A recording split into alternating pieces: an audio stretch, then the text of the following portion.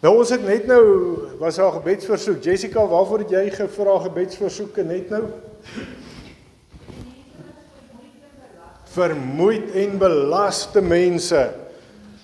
Nou, my boodskap vanoggend gaan oor bekommernis. Dit sluit daarbey aan, want ons is vermoeid en ons is belas, want in die laaste tyd, alles wat in ons dorp en die land in die gang is dit of mense net al hoe meer geworried is. 'n Smile is deesdae seker die skaarsste ding. Hulle het altyd gesê hoendertande is skaars, nê? Nee, 'n smile is deesdae. Al wanneer jy daai smile draas van hongerpyne, nê? Ja. Vreugde is bitterlik skaars in vandag se tyd. Almal se mondhoekies hang so onderste bo. Mense kruip weg in hulle huise. Mense is te bang om te lewe. Nee, hulle is nie dalk net te bang om te lewe nie. Baie mense is nie meer lus om te lewe nie. Die vreugde is weg. Bekommernis en die vrees wat saam met bekommernis loop, het ons vreugde, ons vrede en ook ons lewens kom steel. Is hierdie 'n nuwe ding onder mense? Nee, dit is nie. Ek dink is miskien bietjie erger in vandag se tye, maar dis nie 'n nuwe ding nie. Dit kom van lankal af. Want ons lees dit al in die Bybel. As jy gaan kyk in die woord van die Here, die woord bekommer kom 9 keer voor, bekommernis 15 keer, besorg 10 keer en angstig 11 keer.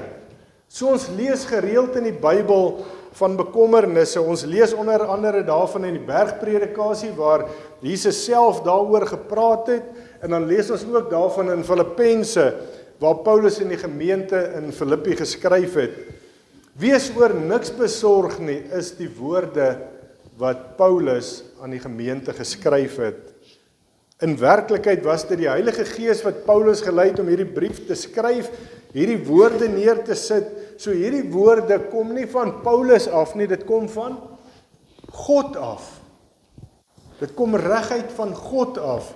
En onthou, God is ewig en daarom is sy woord ook ewig. Die woorde aan Christen gelowiges in Filippi, dit wat Paulus hier vir daai gelowiges gesê het, is ook bedoel vir my en vir jou as kinders van God in vandag se tyd. So hierdie woorde moet ek en jy ook deel maak en vasmaak van ons lewens. Dis ook belangrik omdat hierdie woorde van God afkom, dat ek en jy hierdie woorde reg verstaan, dat ons sal glo wat ons lees en dan ook om te leef, soos wat die Here vir ons sê, want ons lees dit maklik. Maar die volgende treukie om dit te glo is so 'n bietjie moeiliker. En dan om dit te leef, daar waar die tekkie die teer slaan, daar raak dit bietjie moeiliker. Kom ons kyk vinnig na omstandighede wat mense bekommerd kan maak. Eerste, die gemeente van Jesus Christus in Filippi. Die gemeente het baie gehad waar hulle kon bekommer. Julle dink daai tyd was net maanskyn en rose, nie glad nie. Dit was daai tyd ook moeilik geweest, nê? Paulus is in die tronk toe hierdie brief geskryf het. Daar het waarskynlik nog mishandeling op hom gewag. Filippi was die eerste gemeente wat Paulus self gestig het. Die gemeente het 'n spesiale band met hom gehad. Wat met Paulus gebeur het daarom ook die gemeente diep geraak. As hulle my vanaand toesluit, gaan julle worry oor my. Ja, en is dieselfde met hierdie ouens. Hulle was bekommerd. Ek weet julle gaan vinnige skietgebedjies vir my opsit, want julle gaan nie lank kom bid hierson nie, nê. Gaan julle kom skiet by die selle? Dankie Jacques. Dankie tog. Pastor, ons kom sit saam met jou. Kom sit julle saam met my. Dankie tog. So ek het myself mooi gedra.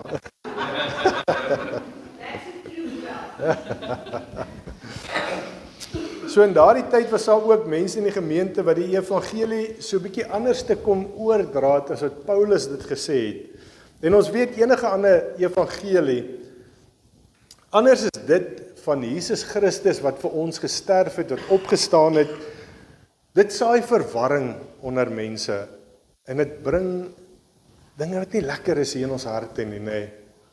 En hierdie goeters het in die gemeente gebeur. Had mense ingesluip wat 'n ander evangelie verkondig het. Dan was daar 2 vriendinne wat voorheen saamgewerk het om hierdie goeie boodskap van die kruisiging en die opstanding uit te dra. En die 2 het met mekaar rusie gemaak. Hierdie onenigheid tussen die 2 vroue, Judea en Sintige, in die gemeente was so erg dat die hele gemeente daardeur geraak het. Selfs hier by ons vandag. Dis manne wat nie lekker is met mekaar nie. Dit beïnvloed nie net vir jou nie, dit beïnvloed die hele gemeente. Want almal weet, niemand is stupid nie. As jy nie lekker is met iemand nie, dan weet almal dit. En dit het 'n invloed op almal, in daai tyd ook. Dan was Filippi ook 'n voorpos van die Romeinse regering, en met baie afgetrede soldate in die stad. Die soldate moes enige inval of opstand in die Romeinse ryk instuit. Hulle moes dit keer. Die inwoners van die stad het met die moontlikheid van 'n militêre inval enige dag kan ons aangeval word. Hulle het met dit saamgelewe. Wanneer kom iemand en hulle val ons aan? Daar was soveel wat gebeur het wat die Christen gelowiges in Filippi met bekommernis kon laat leef. Die wêreld vandag is nog steeds 'n gebroke wêreld. Maar net so baie waaroor ek en jy bekommerd kan wees. Liggaamlike dinge waaroor ek en jy bekommerd kan wees. Veiligheid in ons huise, veiligheid op die pad, spiking. Ek sien daar sal weer 'n spiking geval gewees. In die winkels. Hoeveel mense word in winkels beroof? Parkeerareas en soveel ander plekke tot die wildtuin. Dis nie eers meer veilig om Kruger Wildtuin toe te gaan nie. Jy hoef nie te worry vir die leeu's en die olifante nie. Jy moet worry vir die kriminele wat in die Kruger Wildtuin mense doodmaak. Dis waarheid. Om genoeg water en elektrisiteit en ander basiese dienste te hê. Hierso het ons al vir hierdie week 4 dae nie krag gehad nie. Dis ander dele in die Oos-einde wat 7 dae nie krag gehad het nie. Hierso is dit al 'n sê ding van jy het of water of jy het krag. Ek dink 'n waterval oos gaan dit al beter, Frank. Daarso, dit gaan al beter daar, maar jy het of water of jy het krag. Jy kan nie al twee hê nie. Dit het nou al 'n gewoonte geraak. Ons is bekommerd oor dit. Ek kom vuil van die werk af. Ek wil darm bad, ek wil skoon in die bed klim, ek moet ergens heen gaan vanaand. Dan moet ek in 'n skotteltjie bad. Ons worry oor die goeters. Gesondheidsomstandighede wat ons siek maak, wat ons seer maak, wat ons selfs dood maak, dinge wat ongeneeslik is, kankers waarmee mense stry, waarmee mense stoei. In ons liggame is dit seer. Ons bekommer ons oor die goeters sê, om genoeg te hê om van te leef. Geestelike en emosionele swaar kry. Hier sit heel wat mense wat in hierdie laaste 2-3 weke 'n geliefde verloor het. Dis seer. Dis stikkend. Probleme, swaar kry in ons persoonlike lewens, huwelike wat in die moeilikheid is, ons gesinne wat sukkel, ons kinders. Hoeveel kinders is op pilletjies? Want of hulle het ADHD of hulle het in 'n depressie of iets. En is net vinnig, ons gooi 'n pilletjie uit. Daar's soveel dinge in ons lewens, in ons gesinne. Moeilike omstandighede by die werk. Ek kan een ding vir julle sê, ek dank die Here dat ek nie meer op die myn werk nie. Ek kry vir almal van julle wat op die myn werk werklik jammer, want ek sien hoe dit is. Dis nie lekker nie. Spanning, moedeloosheid, twyfel in ons lewens, die toekoms van ou mense, ons versorging, en ons jong mense, wat lê vir ons voor? Gaan ons werk kry? Wie maak hierdie jaar klaar met skool? Daarso, maakie. Wat gaan volgende jaar gebeur? Gaan ek werk kry? Gaan ek plek kry om te studeer? Daar's soveel wat vandag gebeur wat ook in ons lewens bekommernisse bring. En die Here praat met my en met jou hieroor. In Matteus 6:25 sê, daarom sê ek vir julle, moet julle nie bekommer oor julle lewe, oor wat julle moet eet of drink nie, of oor julle liggaam, oor wat julle moet aantrek nie. Is die lewe nie belangriker as kos en die liggaam as klere nie? Is dit nie mooi nie? Moenie julle bekommer oor julle lewe nie. Dit klink so lekker eenvoudig, né? Dit rol sommer net so van die tong af. So mooi, so rein, baie eenvoudig, maar dis moeilik. Dis moeilik om dit te lewe, dis moeilik om dit te glo, dis moeilik om hieraan vas te hou. Jesus gee vir ons rigtingwysers om uit hierdie kringloop waarin ek en jy is van angs en spanning, om uit dit uit te kom. Angs en spanning het al so deel van ons lewens geword. Dis wie ons is. Sit so 'n bietjie en dink. Is dit deel van jou lewe? Ja. Spanning, onsekerheid, bekommernis. Ek en jy sukkel om ons bekommernisse werklik neer te sit.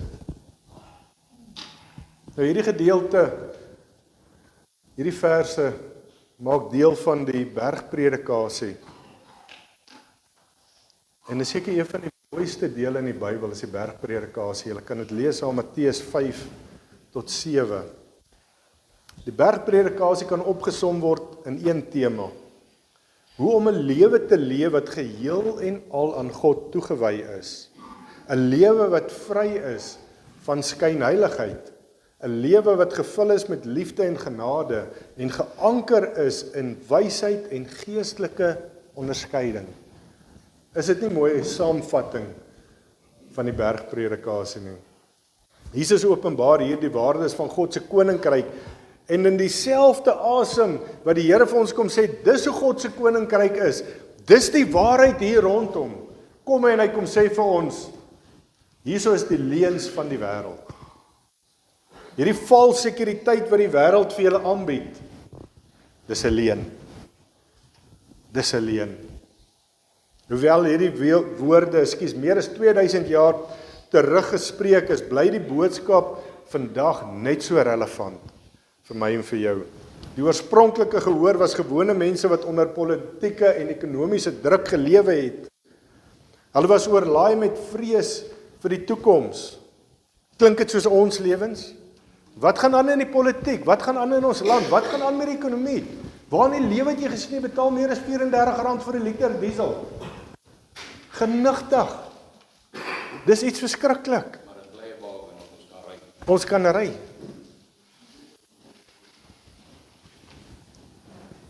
Daar's soveel onsekerheid in ons lewens, daar's soveel druk op ons. En dan is daar nog die sosiale kant wat ons moet perform. Is my hare daarom mooi gekam vanoggend? Is my baard nie te deurmekaar nie? Hoe lyk my hemp? Is ek alright? Het ek nie gaatjies in my? En al hierdie goeters, gaan mense daarom dink ek is aanvaarbaar. Onthou, jy's nou al 'n bietjie ouer. Hierso is nog baie mense wat my so kyk, die jonger is, né? Ja, wat gaan ons daaroor dink? Jakkie, jy word nou amper 50, so jy sal amper op 'n stadium van hoor nie meer wat mense dink nie. Worry lank kan nie meer nie. Maar daar's soveel dinge wat ons kwel, soveel dinge wat ons pla. Nou die woord kwel, merimnau, is vertaal vanaf Grieks en dit beteken bekommerd of angs. Dit beskryf 'n geestelike toestand waarin die gedagtes afgelei word, waarin jou gedagtes deurmekaar raak en wanneer jou geloof sy fokus verloor. Jesus waarsku dus teen 'n lewe waar vrees ons aandag wegtrek van God en ons vrede kom steel. Herinner ons dat bekommernis nie die toekoms verander nie, maar wel die vreugde van vandag steel. Ek wonder of ek dit hier ergens gesit het. Daar op die mannekamp, toe sê ek vir die ouens ook, ek sê daar's 90% van die goeters wat jy oor worry gebeur in elk geval nooit nie. Toe ek nou 'n bietjie gaan kyk, ek was verkeerd. 79% van die goed waar jy worry gebeur in elk geval nooit nie. So ons worry verskriklik oor al hierdie goeters en dit kom steel môre, want wat gebeur môre? Wat by die skool as ek môre daar instap? Wat by die werk? Wat het nou weer gebeur? Wat is verkeerd? Dit kom steel jou vreugde van vandag, want jy worry oor môre en oor oormôre en oor volgende weke. Jy's reg, ja. Vat ons aandag van die Here al weg. Verder Matteus 6 vers 26 en 34 tot 34 en Lukas 12 vanaf vers 24 tot 31 sien ons hoe die natuur getuig van 'n getroue en 'n voorsienende Skepper. Die voëls vlieg nie rond en maak al hierdie verskriklike ingewikkelde plannetjies en strategieë vir die toekoms sodat hulle verseker kan wees van hulle eie bestaan nie. Die woord van die Here sê vir ons, hulle saai nie, hulle oes nie, hulle stapel nie op in skure nie. Tog word hulle elke dag onderhou. Elke dag word daarna hulle gekyk. Nie omdat hulle lui of onverantwoordelik is nie, maar hulle lewe in die nou. Hulle lewe nie in die tyd van môre of oormôre nie, hulle lewe in die oomblik wat God nou vir hulle gegee het. Hulle worry nie vir môre nie. Hulle lewe nou. Die voëls vertrou instinktief op die voorsiening van ons Skepper. Hulle leef in totale afhanklikheid van die hand wat vir hulle sorg. Hierdie voorbeeld beteken nie ek en jy moet net sit en niks doen nie, maar dit beteken dat ek en jy moet rustig wees en dat ons moet vertrou. Dis wat dit hier beteken. As God vir die skepsel sorg wat geen siele het nie, hoeveel te meer sal hy nie vir my en vir jou sorg wat in sy beeld geskep is nie. Ek en jy is na die beeld van God geskep. Jesus Christus het aan die kruis gesterf vir elke ene van ons. Hy het sy lewe gegee vir ons. En dan dink ons is minder werd as 'n voeltjie. Hoe maak ons hierdie wiskunde? Hoe maak ons hierdie sommetjies? Jesus herinner ons as gelowiges dat bekommernis nie die toekoms verander nie, maar dit steel ons vreugde van vandag. Wanneer ek en jy gedryf word deur onsekerheid, deur die ekonomie wat druk, die ou beursietjie wat so bietjie plat is en daai rekening met so snaakse strepe in die voorkant het as jy daar by die bank kom en die bank is arm en hy sê hy het nie geld om vir jou te gee nie, nê. Daai insufficient funds. Wanneer daar 'n persoonlike nood oor ons pad kom, val ek en jy so maklik in die struik van selfvertroue. Ons moet op onsself staat maak. Ons moet ons eie beplanning doen. En dan begin ek en jy dink, ons moet alles beheer. Ons moet alles vashou. Maar deur die natuur wys God vir ons dat hy die koning is oor elke fyn detail. Van die kleinste mossie, van die gras wat vandag hier is en môre is dit weg, van die lelies. Hy sorg vir alles. Hy wys dit alles vir my en vir jou, dat hy na ons ook sal kyk. Dis om op God te vertrou bring innerlike vrede. Deur eers die koninkryk van God en sy geregtigheid te soek, word die gelowige se fokus verskuif vanaf vrees na aanbidding. Vanaf onsekerheid na sekerheid.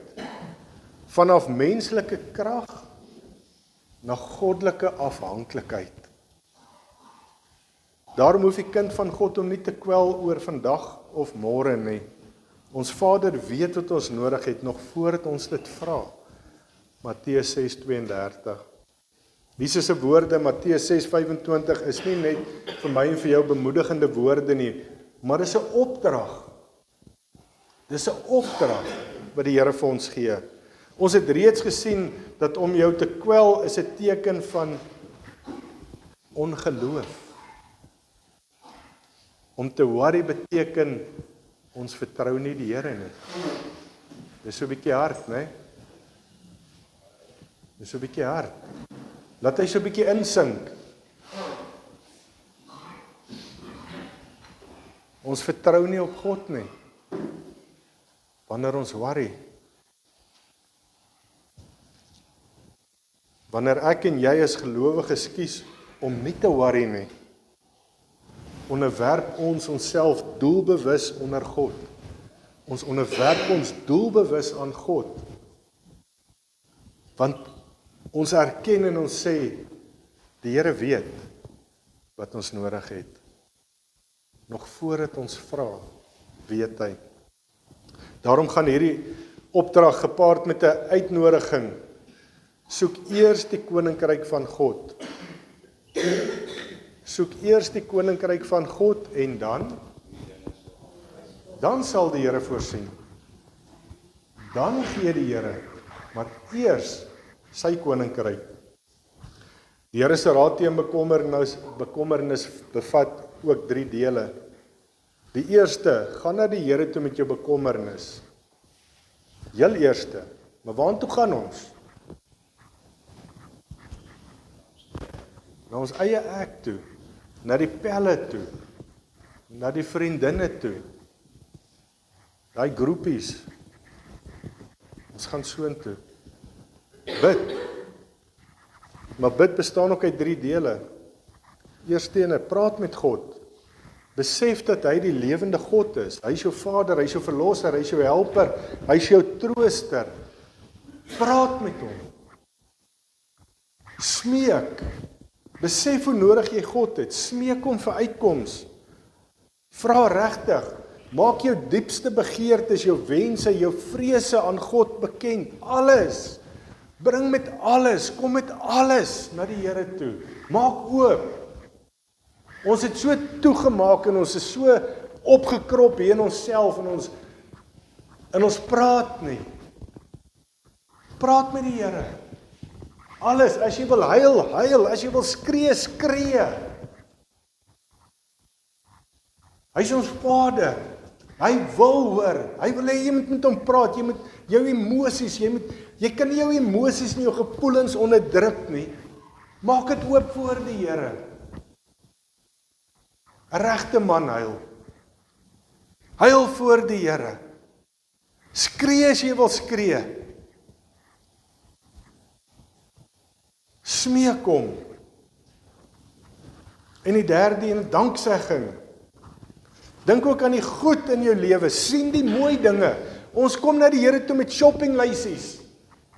Here dit, Here help hier, Here voorsien in dit, Here wat van die, Here daai en dan sit ons daai lysie neer. Wanneer laas het jy net dankie gesê? Dankie vir my asem. Dankie vir my tande, al is dit vals tande. Ek kan lekker stytjie eet met hulle.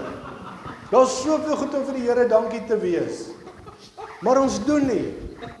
Want ons wil net hê. Dankie Here vir my hare, al is hulle bietjie uil, dit spaar shampoo. Daar's soveel goed in die lewe om voor dankbaar te wees. So baie dinge. Gaan sit 'n bietjie vanmiddag en maak 'n lysie. Gaan maak 'n lysie.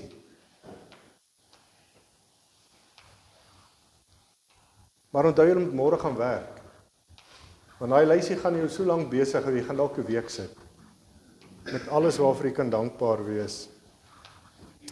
Gaan op hierdie manier met gebed, smeking, danksegging na God toe oor alles. Oor alles in jou lewe. Maar moenie hier ophou nie. Mense hoor dikwels iemand sê ek het gebid, maar dit het nie gehelp nie. Die Here se raad teen bekommernis het nog 2 ander noodsaaklike dele. Die tweede deel van God se raad gaan oor jou gedagtes. Bekommernis het juist daarmee te doen dat ek en jy nie reg dink nie. Ook ek en jy as kinders van God kan in omstandighede beland waar ons nie weet waar jy nie. Die berg voor jou lyk net te hoog. Die afgrond te diep. Die nag te donker. Dis jou gedagtes wat vir jou sê, dis te hoog, dis te diep, dis te donker. Ek weet nie meer waar jy nie. Die alwetende God wat jou so goed ken, wat elke gedagte van jou ken, praat met jou oor hierdie gedagtes wat jy dink.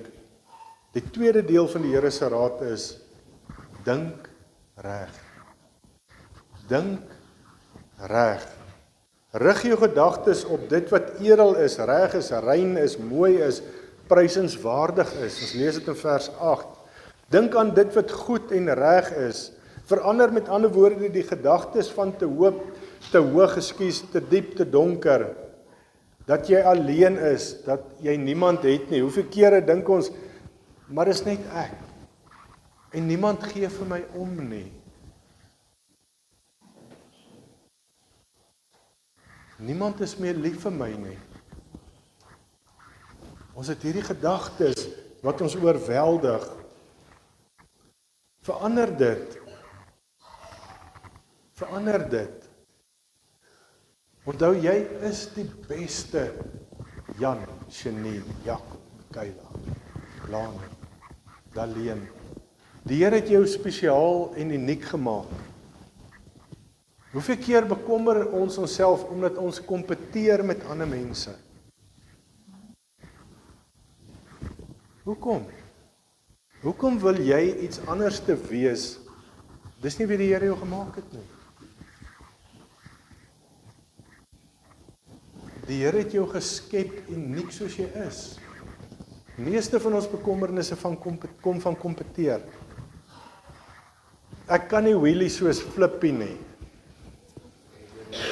Ek kan nie, maar Flippy hy's nou uit, so ek wil nou nie hierso sê dat ek baie mooier as hy is nie, maar Flippy is nie so mooi en aantreklik soos ek nie. Elkeen van ons het iets anderste. Weer kom dit in by dankbaarheid. Dankie Here vir wat ek het. Dankie Here vir dit vir wie ek is. Dankie Here dat ek in Rustenburg bly. Dankie Here. Dankie Here. Hou op kompeteer met ander mense. Hoe gaan ek dit regkry om my gedagtes te verander? Die Heilige Gees help ons hiermee. Die Heilige Gees is ons trooster en hy is ons helper. Die Heilige Gees is in ons, hy is by ons. Hy maak jou sterk om ons gedagtes van te hoog, te diep, te donker. Ek weet nie meer nie, ek kan nie, ek is nie goed genoeg nie. Hy kom en hy help ons om hierdie gedagtes te verander. Hy kom en hy kom help ons om te sê ek is genoeg. Ek is goed genoeg. Ek is okay. Ek hoef nie bang te wees vir hierdie ding nie. Hy kom en hy help ons om te weet God is lief vir my. My Vader is lief vir my. Hy kyk uit vir my. Hy voorsien vir my. Dan is daar nog 'n laaste deel van God se raad teen bekommernis. Jou gebed, jou regte gedagtes moet opgevolg word met dade. Met die regte dade. Om die regte ding te doen is die derde deel van God se raad teen bekommernis. Wanneer ek klaar gebid het, dan is die regte daad om nie verder met hierdie bekommerde gemoed te lewe nie. In die Bybel sê die Here dat ons bekommernisse op hom moet werp, want hy sorg vir ons. 1 Petrus 5 vers 7. Gee jou bekommernisse vir die Here. Los dit by die Here. Hoeveel keer gaan ons na die Here toe en ons sit die pakkie daar neer en ons sê Here, ek vertrou U, hierso is my pakkie en ek draai om, maar nog voor jy 2 tree geloop het, hardloop jy terug en gryp jy jou pakkie. Dan vat jy jou pakkie weer terug. Los dit daar. Gee dit vir die Here. Vertrou die Here dat hy die beste vir jou weet. Hy sal jou gebed beantwoord op die manier wat vir jou die beste is. Nie hoe ek en jy dit altyd wil hê nie. Nee, want hy weet beter. Op die regte manier sal hy dit beantwoord. Om net een keer te bid en dan te verwag die Here moet alles gee soos ek gebid het, is ook nie die regte ding om te doen nie. Op meer as een plek sê die Here vir ons om aan te hou met bid. 1 Tessalonisense 5:17 sê, bid sonder ophou. Bid sonder ophou. Hoeveel van ons bid net voor ons eet? Hoeveel van ons bid miskien 1 keer 'n week? Of in die oggend gou so vinnige skietgebedjie? Waar's die in diepte tyd met die Here? Waar is die hele dag se praat met die Here? Onthou, hy's nie net daar in jou binnekamer nie, hy's nie net daar in jou studeerkamer waar jy gaan, hy loop die hele dag saam met jou. En ek dink as ons dit baie keer vasmaak in ons koppe en in ons harte, dan gaan ons minder van die nonsens aanjaag wat ons doen om te weet die Here is die hele dag saam met ons. Hy kyk wat ons kyk. Hy luister na wat ons luister. Hy sien wat ek en jy doen. En daarom kan ek en jy ook die hele dag met God praat. Nie net wanneer jy 'n parkering soek vir checkers nie en is vol nie. Hoeveel keer bid ons vir 'n parkering? Here asseblief, daar naby checkers se deur en die Here gee vir jou 'n parkering. Sê jy dankie? Nee, want ons is so in excitement. Ons het 'n parking gekry en ons neem 'n foto en ons op social media stuur gou vir almal, kyk wat het die Here gedoen. Maar ons sê nie vir hom dankie nie. Ek en jy moet besef 24/7 is God by ons. Ons moet die hele dag met hom praat. Lees jou Bybel. Hou aan om na God te luister. Gebruik die Here se woord in jou lewe. Gebruik die woord. Dis nie 'n ou boek van jare terug nie. Ons het nou net gesê hoe relevant is dit van Filippense af na ons toe. Dit tel nog steeds vir ons. Dieselfde omstandighede, dieselfde dinge. Gebruik die woord van God elke dag. Daar's soveel raad in hier vir alles. Jou huwelik, jou kinders, in alles, jou besigheid. In alle aspekte van ons lewe is daar raad in die woord van God. Gebruik die woord. Doen wat God sê. Onthou die Here se raad teen bekommernis is: bid reg, doen reg, dink reg. Bid reg, dink reg en doen reg. Is jy bereid om dit te doen? Om te sê, Here help my.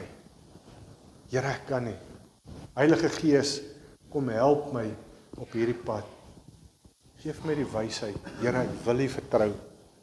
Ek wil nie meer worry oor my toekoms nie. Amen. Amen. Baie dankie Here vir U genade en vir die guns. Dankie vir die woord van vanoggend. Net Here om weer te kom vasmaak in ons lewens dat U 'n wonderlike, liefdevolle, versorgende God en Vader is. En ek bid Here dat dit werklik deel van ons lewens sal word. Here, dat ons sal ophou om ons te bekommer oor die toekoms, dat ons die hede, die nou kan geniet, Here. Here, daar is soveel goed in die toekoms, onsekerheid, wat ons in elk geval niks oor kan doen nie. Dit kom steel net vandag se vreugde. Help vir ons, Here, om 'n vaste vertroue op U te hê, dat ons kan lewe soos U van ons verwag. In alles, aan U alleen, al die lof en al die eer in Jesus naam. Amen. Markus 10 vers 16. Nee, sit, André, jy gaan nêrens. Markus 10 vers 16.